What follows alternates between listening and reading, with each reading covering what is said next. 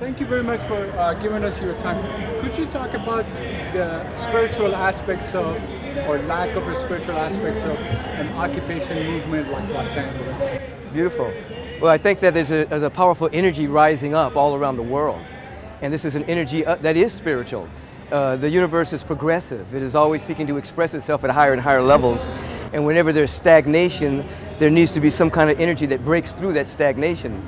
So the Occupy movement is a part of that rising energy of people stopping and articulating the kind of world they want to live in, beginning to focus their attention on social and economic injustice, beginning to articulate what love and compassion looks like. So I see that it is a deeply spiritual movement, even though certain aspects of the press may deem it otherwise. I see it as a dynamic spiritual movement that's now finding, it's being born and it's finding its way to articulate what it's all about. What do you think the leaders of, the rest of this universe's leaders should be doing? The leaders of, the political leaders? Political leaders, the spiritual leaders. Basically at this time, they need to be putting their ear to the ground and hearing what individuals are upset about and beginning to hear what the kind of world they want to live in and walk in that particular direction. Right now, leaders are primarily listening to corporations. They're primarily listening to the money, but they're not necessarily listening to people. And it's time now to listen to people and not just people with money. And then what do you, how do you see this eviction notice that the Occupy Los Angeles has taken? Well, I'm holding the space for a nonviolent transition, but a continuation of the movement. All right, and then what kind of transition would you see? What do you see? I see that, I think even the mayor himself is speaking about the fact that it's brought a wonderful attention to the homeless issue in Los Angeles. So perhaps there will be some kind of will now to provide beds, food, shelter, and then a protracted movement around homelessness.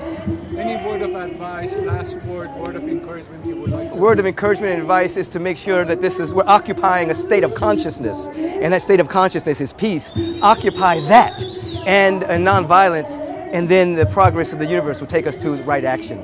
Thank you very much. Peace and blessings, everyone. I have my beloved wife, Rickie here, and she wants to offer a moment of music. But first, let me say that we have come down here to thank you for occupying LA.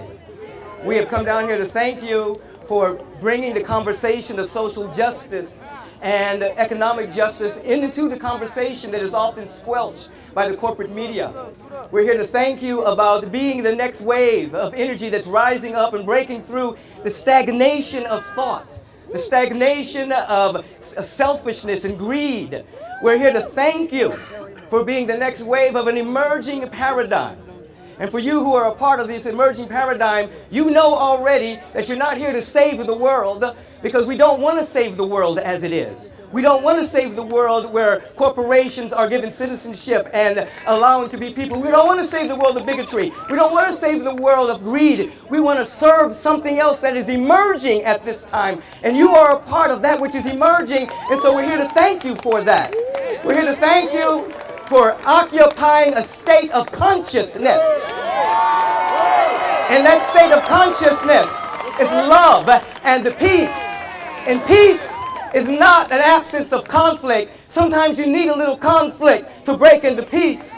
Peace is the dynamic of harmonizing good. So when your heart is open and when you're articulating a spiritual vision and a kind and just global world that you want to live in, that kind of peace takes over your life. So you are not here speaking truth to power. No. You're here speaking truth to pseudo power.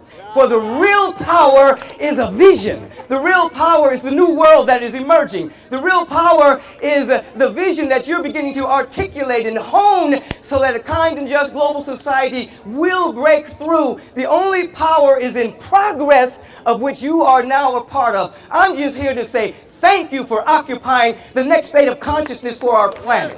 This is my beloved. Whoa. Thank you, thank you, thank you. I want to sing just a little bit of a song.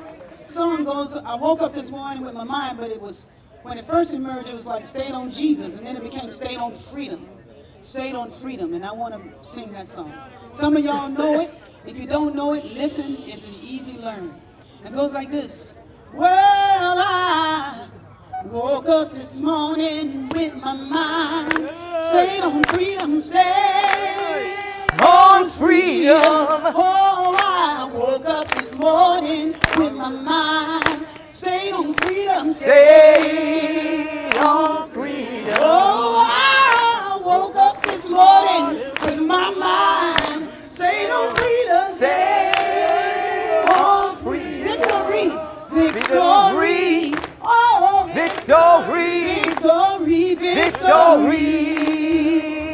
You can't hate your neighbor With your mind, hate your neighbor. With your mind. stayed on freedom. God loves you. God loves you. Thank you. Thank you. You can't hate your neighbor with your mind. Stayed on freedom. Stay on freedom. Oh, you Can't hate your neighbor with your mind. Stayed on freedom. Oh, victory. Victory. Hey, Victory. Occupy. Occupy. Occupy. Occupy. LA.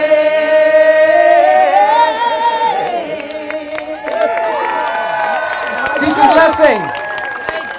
Stay with the vision. Articulate it. Okay, thank you. Thank you for standing with us. Thank you. Thank you.